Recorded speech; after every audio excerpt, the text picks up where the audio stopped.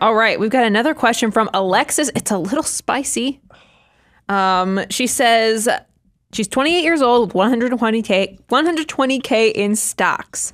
And she's debating between pulling out around 60 to 70K for a down payment on a house. And then she says, my dad said this would slow down my compound interest that would pay off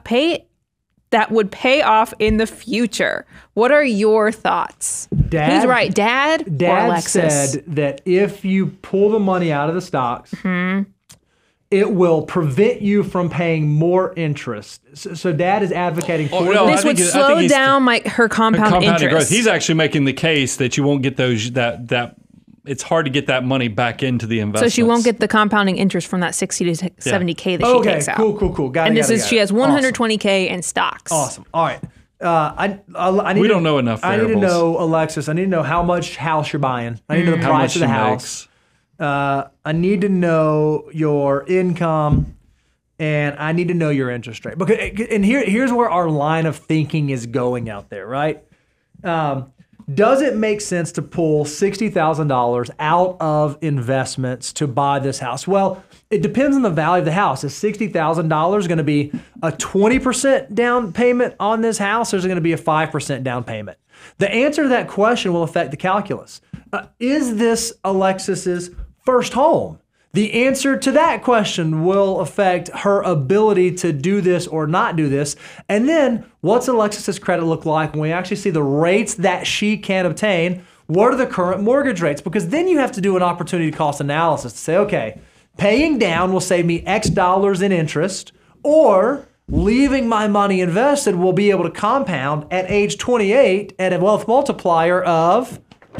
At 28, it is 29.7. Of 29.7. So every dollar that I leave invested of that $60,000 could turn into 29.7 by the time that I get to age 65. So unfortunately, Alexis, this is not going to be like a Q&A question we're going to be able to answer. This is like a spreadsheet question you got to answer. Well, let me give some feedback here. First of all, Alexis, to have over $100,000 in your 20s is insane. Massive. Amazing. I mean, we talk about the boiling point is to reach $100,000 is so valuable because it's so much easier to get to next 200,000, 300,000, just because you've reached the point that it gets better and better. So I'm curious, because to have $120,000 at 28 years of age, you either have a great income or you got a financial mutant family that has been encouraging you from a young age to start saving and investing. And that's what your father's alluding to. You've reached the boiling point of greater than $100,000. Man, it'd be a shame to now watch that get brought back down to like 60,000, and you're starting that 7, because it takes like 7 years to get to the first 100,000 if you were saving even $10,000 a month.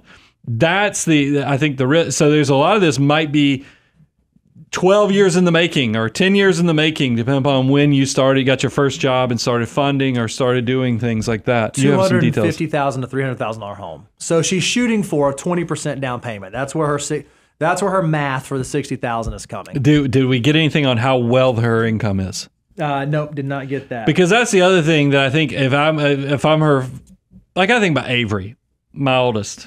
I don't know if I should have used her name or not, but she, I don't know if I've said that on air before, but anyway, she since she's been 15 years of age, we've opened that custodial Roth. She's been on the show. She's literally been on the show. She was on the show. I don't know if I said her name.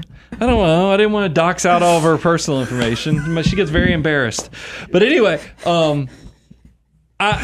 we've been saving since she was 15 years old. I did the whole priming the pump where she matching, and then even when she bought her first car, whatever she saved up, I matched it.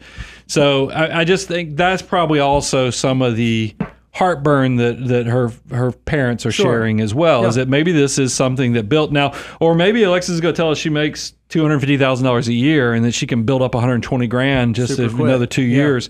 It really depends upon your current situation. The house price doesn't sound so crazy. So I'd ask why you're not looking at that. Look, there's nothing wrong with 20% down, but I also know how valuable it is once you get to $100,000 of assets working for you. So I'd have to know more of your details. I would say that. Whew, look at that income. That's good. Oh, that's great. Her income is $130K. $130,000 income. Great. So I'm not going to do public math, but this is what I would think about. If I were only going to put down 5% down on the house, what would my monthly payment be? And would that monthly payment fall within 25% of my monthly gross income? So if that's the case, I have to think, okay, I can afford this home with a 5% down payment. And if I can afford it at 5, I can certainly afford it at 20% down payment.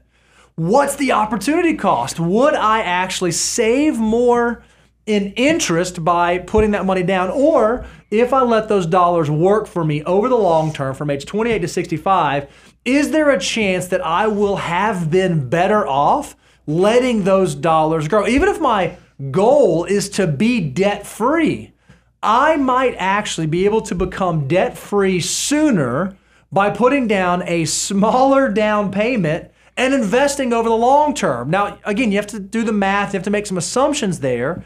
And if you're just dead set on 20%, that's fine. But I think you ought to at least think through, man, am I willing at this age to satisfy lower interest debt? I mean, that 7% mortgage isn't like super low, but relatively lower interest debt at such a young age, so early on. Well, also, it doesn't have to be either or. It doesn't have to be 3 to 5% or 20%. Maybe do a math calculation here. Figure out what you're housing, 25% for housing, and maybe that's a 10% down payment, and then that's going to allow you to liquidate less of the portfolio.